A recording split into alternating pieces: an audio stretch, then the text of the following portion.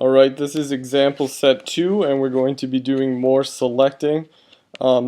This set we're going to be using jQuery's attribute selectors, which are kind of an extension of the CSS selectors, but we will be focusing more on elements and what attributes they have and what the value of those attributes are.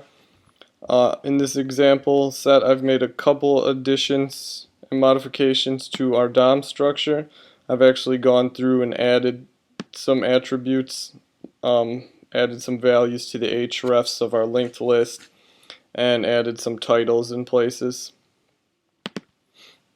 Our first example in this set, we are going to create a variable named items with ID, and the selector we're passing it in is a star selector for our HTML, which basically means any HTML element on the page.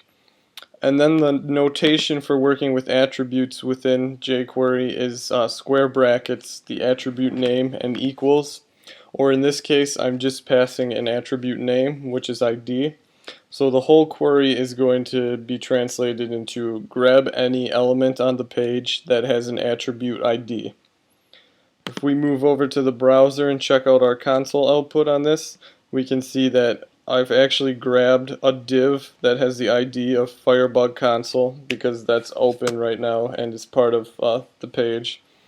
And I've grabbed our link item that has the ID of special item. On to the second example in this set. We're going to be creating a variable called green page links.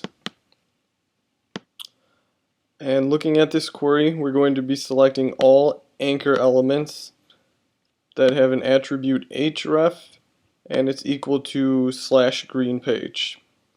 Looking at our DOM, we can see that we have two green links. They have the class green from our previous example, and now their href attribute is pointed at the green page. If we check out our console output, we can see that selected our two green links. The third example in this set is almost identical to our previous example.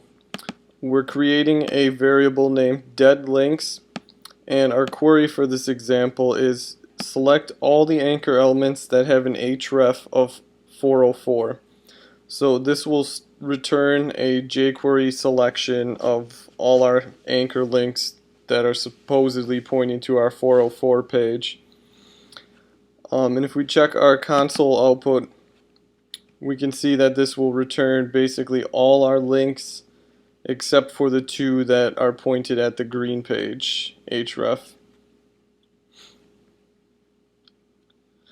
The fourth example in this set is a combo example. We're working on multiple attributes on one element. So here we're creating a variable called pTitleLink.